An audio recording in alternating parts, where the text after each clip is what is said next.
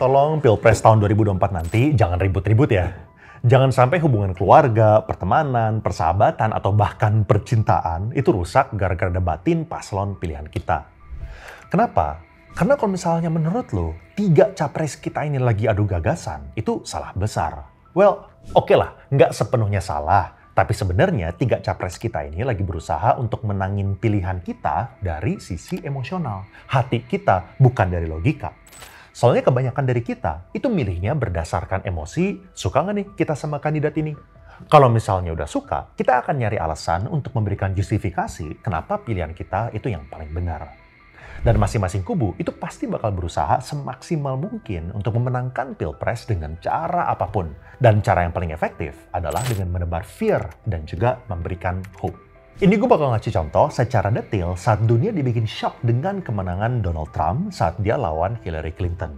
Semua orang itu kaget di seluruh dunia. Ya, gimana enggak? Menjelang hari H, Clinton itu memiliki peluang sebesar 90% untuk menang loh.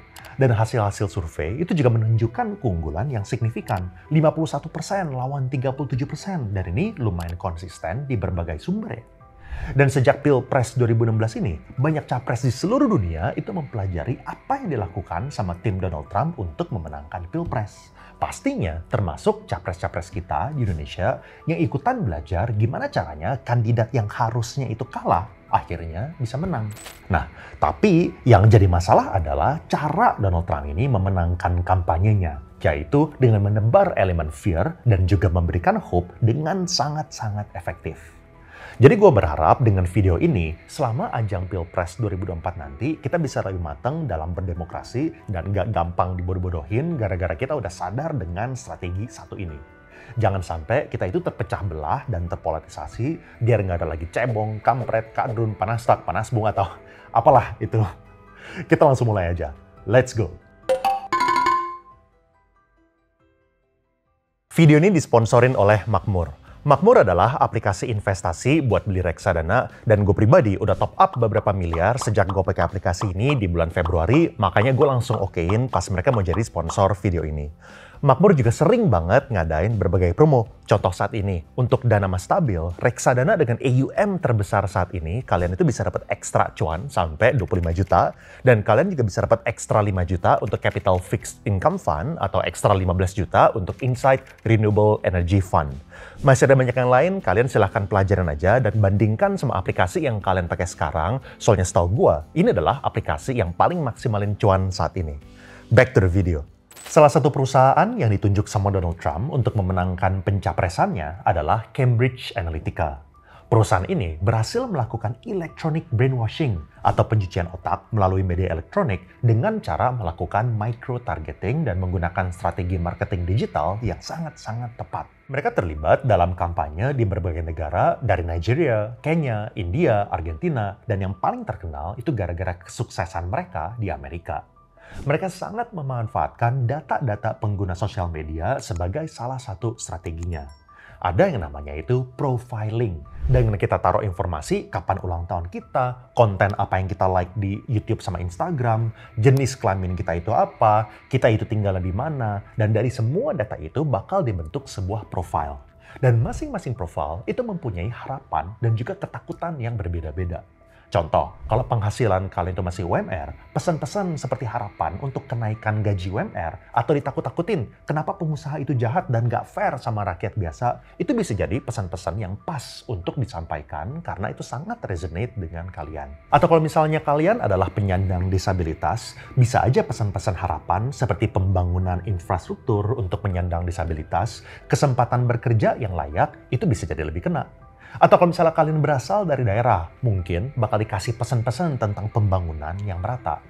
Dan ini yang paling mengkhawatirkan. Soalnya ini nggak peduli, ini janji palsu atau emang beneran. Yang penting, kalian itu percaya. Dan ini dari kata-kata foundernya Cambridge Analytica sendiri ya, Alexander Nix, dan juga petinggi-petinggi lainnya. Ini tim kampanyenya Donald Trump, dan ini direkod secara diam-diam sama jurnalis yang pura-pura mau jadi kliennya mereka. Two fundamental human drivers when it comes to taking information on board effectively are hopes and fears, and many of those are unspoken and even unconscious. You didn't know that was a fear until you saw something that just evoked that reaction from you. Right. And our job is to drop the bucket further down the well than anybody else. To understand what are those really deep-seated, underlying fears, concerns. There's no good fighting an election campaign on the facts, because actually it's all about emotion. Dan ini salah satu kampanyenya mereka ya. Emosi itu di titik puncak. Di pemilu Kenya yang penuh dengan kegaduhan dan kekerasan, Cambridge Analytica itu kerja secara diam-diam untuk Presiden petahana Uhuru Kenyatta. Dan kampanyenya itu penuh dengan hoax yang disebarin melalui handphone dan internet. Ini adalah foundernya Cambridge Analytica sendiri yang ngaku. Coba kalian dengar. These are things that don't necessarily need to be true, as long as they're believed. Jadi nggak peduli benar atau salah, yang penting kalian percaya. Dan sebenarnya bukan cuma Donald Trump aja yang melakukan profiling, semua presiden juga melakukan itu, termasuk Obama. Tapi yang bikin semua kampanye berbeda dengan Cambridge Analytica adalah Cambridge Analytica ini bisa melakukan dengan tingkat presisi yang sangat-sangat tinggi. Jadi caranya kayak gini. Di tahun 2014, researcher di University of Cambridge, Alexander Cogan, bikin aplikasi namanya This Is Your Digital Life. Ada 270.000 orang yang download dan dibayar untuk ikutan mengisi kuis. Mirip-mirip kayak gini yang ngasih informasi tentang mereka sendiri. Dan yang ngisi survei itu dibayar nggak sampai $5, tapi supaya kalian mau ngikutin survei ini, kalian harus login ke Facebook. Dan saat itu, API Facebook itu masih memberikan developer seperti Kogan akses terhadap informasi tentang kalian dan juga tentang teman-teman kalian. Termasuk ulang tahunnya kapan, berlokasi di mana, dan juga nge-like Facebook post apa aja. Tapi yang paling hebat dari semua ini, data teman-temannya itu bisa ikutan diambil walaupun mereka itu nggak ikutan ngisi survei. Dari sini Facebook mengestimasikan jumlah data yang bocor itu ada 87 juta orang dan 70 juta orangnya itu warga Amerika. Dan Kogan memberikan informasi ini ke Cambridge Analytica. Dan Kogan mengkombinasikan data dari survei ini dan juga profil Facebook buat ngebikin psychometric model mirip-mirip kayak personality profile. Dan ini sangat-sangat ngeri loh. Soalnya dengan data ini, micromessaging dan electronics brainwashing itu bisa mulai bekerja. Cambridge Analytica menargetkan profil-profil ini dengan pesan-pesan politis, jadi tergantung profilnya itu kayak gimana, pesan apa yang bakal dikirim itu bakal berbeda-beda. Dan ini salah satu orang dalam Cambridge Analytica yang sendiri yang jelasin cara kerjanya itu kayak gimana. We would know what kinds of messaging you would be susceptible to and where you're going to consume that. And then how many times do we need to touch you with that in order to change how you think about something. Jadi ini adalah narasi yang dibikin seakan-akan bukan dari Donald Trump yang ngomong emang, tapi jelas-jelas ini arahan dari strategis yang direkrut oleh Donald Trump. Bahwa Hillary Clinton adalah pembohong, korup, dangerous, kriminal, itu semua adalah narasi yang dibikin. Bener atau enggak, yaitu masalah kedua. Kenapa? Karena elemen fear itu adalah elemen yang paling efektif, lalu tinggal diputar bahwa harapannya itu adalah Donald Trump yang bisa membawa Amerika menjadi negara yang lebih baik. Sekarang udah 7 tahun yang berlalu sejak Pilpres Amerika tahun 2016 yang dimenangkan oleh Donald Trump. Dan yang pasti udah banyak yang berubah. Facebook udah sampai didenda, minta maaf di depan Kongres, tapi ada beberapa prinsip yang terus berlaku sampai sekarang. Prinsip nomor 1, profiling itu penting, dan pesan-pesan yang didorong ke setiap orang itu pasti bakal berbeda-beda. Kalau misalnya dulu platformnya itu Facebook, sekarang udah bergeser jadi TikTok, Instagram, YouTube, di mana algoritmanya itu ya tetap mirip-mirip. Kita komennya itu di mana, kita like-nya video apa, umurnya kita berapa, kita sukanya makan di mana, semua itu akan menentukan sebuah profile. Jadi kalau misalnya pesan-pesan yang sampai ke kalian itu kesannya pas banget di kuping kalian, itu cek dulu. Ini cuman gara-gara kalian adalah korban dari micro-targeting, atau ini beneran bagus capresnya. Prinsip nomor 2, secara fakta, tingkat pendidikan orang Indonesia itu emang relatif rendah. Tapi bukan berarti orang-orang yang berpendidikan tinggi itu nggak bisa kemakan sama hoax dan juga propaganda ya. Soalnya udah terbukti bahwa kita ini cenderung mengambil keputusan berdasarkan emosi, lalu kita bakal nyari alasan yang logis untuk memberikan justifikasi kenapa keputusan emosional kita itu adalah yang benar. Dan sekarang ini, itu kan banyak banget yang kita bisa lihat, didorong oleh influencer, postingan di YouTube, dan juga potongan-potongan yang tugasnya ini adalah untuk memecah belah dan juga menanamkan rasa takut. Ya, benar atau enggak peduli. Yang penting tujuannya adalah untuk memenangkan capres dengan cara apapun. Prinsip nomor 3, buzzer-buzzer dan propaganda itu bakal selalu ada. Cuplikan-cuplikan video yang sama itu bisa disetir dan diputar balikin faktanya tergantung untuk kepentingan apa dan juga siapa. Buzzer-buzzer itu benar-benar direkrut loh oleh tim ses para capres. Temen gue ada yang punya digital marketing dan di Pilpres 2019 dulu pernah bantuin untuk salah satu kubu dan kerjaannya ya itu. Ada yang setiap hari komenin hal negatif buat capres lawan atau komen positif buat capres yang dia lagi berharap buat menangin. Ada juga tim yang kerjaannya itu buat nyari-nyari kesalahan lawan supaya bisa diledakin dan digedein. Bahkan kalau misalnya levelnya Cambridge Analytica, ini ekstrim ya, gue nggak tahu apakah ini diterapin di Indonesia atau enggak. Mereka itu sampai ngirim cewek-cewek atau nge-trap kandidat lawannya supaya kena OTT KPK. Caranya itu kalian dengar sendiri.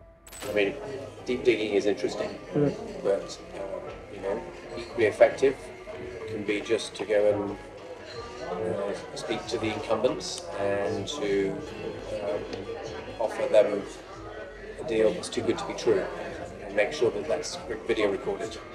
These sorts of tactics are very effective. Instantly having video evidence of corruption, putting it on the internet. Have a wealthy developer come in, somebody posing as a wealthy developer. I'm a master of disguise. Yes, they will offer a large amount of money to the candidate to finance his campaign in exchange for land, for instance. We'll have the whole thing recorded on cameras. We'll blank out the face of our guy and we're going to post it on the internet. So it'll on the Facebook or YouTube or something like this. It can be done. We'll send some girls around to the candidate's house. We have lots of history of things. Jadi, Pilpres itu bukan tentang adu gagasan atau nilai-nilai. Karena kalau misalnya kita lihat pembelajaran dari Pilpres-Pilpres sebelumnya, gagasan itu kurang seksi, kurang menarik. Dan Pilpres itu tentang gimana caranya masing-masing paslon bisa menyajikan informasi yang lu mau dengar supaya lu pilih mereka. Mau itu bener atau salah, itu nomor 2. Yang penting hati lu udah di salah satu dari mereka. Jadi gue sangat berharap dengan video ini kita bisa disadarkan dan benar-benar pelajarin gagasan-gagasan masing-masing kandidat. Atau kalau misalnya kalian dapat postingan-postingan yang isinya itu hoax dan penuh dengan propaganda, kalian bisa cek dulu kebenarannya dan tertanam di otak kalian bahwa kalian emang lagi sengaja dipecah belah, lagi ditanam rasa takut supaya salah satu kandidat ini kesannya jadi kandidat yang bisa kita taruh harapannya. Makanya yang paling penting dari semua ini, kita harus mempelajari rekam jejak dari masing-masing kandidat. Dan sebelum masing-masing kandidat ini pernah diberikan posisi atau memenangkan posisi, apa janji-janji mereka? Dan apakah mereka benar-benar bisa memenuhi janji-janji yang mereka tebar saat mereka itu kampanye atau enggak? Atau lebih bagus lagi, kita juga harus pelajarin gagasan mereka sekarang. Dan coba pahamin mana yang kira-kira benar-benar bisa mendeliver janji itu, bukan cuma sekedar janji manis, yang penting dapat coblosan kalian. Semoga video ini membantu kalau misalnya kalian mau nonton topik lain, contoh kayak video ini, di mana gue jelasin gimana caranya gue mendapatkan 20 miliar pertama, kalian bisa klik di sini. Atau kalau misalnya kalian mau nonton kenapa kejayaan Amerika itu bakal berakhir, kalian bisa klik di sini. Thank you and I will see you guys again in the next video.